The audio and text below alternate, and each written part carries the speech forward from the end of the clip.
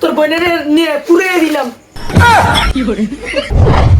কুরবানি যাই দিলাম, পাইছি কটা গোস্ত, আত্মীয় স্বজন করে আবার দেওয়ান লাগে, দিলে আর থাকবো এবার কটা আমার, আবার যদি না দেয় কইব দেয় না, একা একা খাইয়ালাই আলাই আলাই।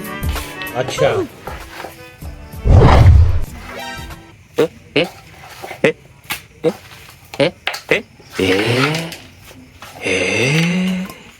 কি গো এখনো গোস্ত লাই বই রইছ? আত্মীয় স্বজনের লিখে গোস্ত রেডি করছো নি? নিয়ে দিয়াইতাম। হ্যাঁ গোস্ত রেডি করছি তো। দেখো না, এটা হচ্ছে তোমার বইনের, আর এটা হচ্ছে গিয়া আমার মার। এটা হচ্ছে আমার বইনের লেগে রাখছি, এটা হচ্ছে আমাকে ঘরের লেগে, বুঝছো?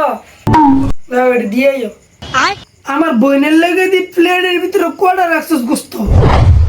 তোর মার লেগে আর বোনের লেগে দিয়ে রাখছিস পুরা বল বইরা, আর ঘরের লেগে একটা কি রাখছো তেরি?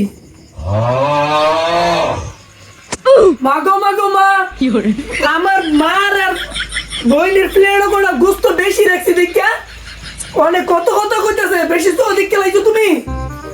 তোমার বইনের প্লেটে তো কড়া গোস্ত 1 কেজির মতো পুরো গোস্ত রাখছি, সারা বছর দেয় একটা করে আঙ্গ বাইতে খায়, অনেক কটা কম দিতে কেমন শুরু লাগে দিছ? কামাই করে কুরবানি দিছি আমি, আমার বোন বেগরি রে খাইতো না, খাইব কে? তোর মা বোনের পেট ফুরানোর লেগে কুরবানি দিছি আমি। আমার মাটার বোনটা বেশি দিক চলেছিস না, এই নে তোর বোনের নিয়ে পুরে দিলাম। শান্তি করে দে তোর বোনের।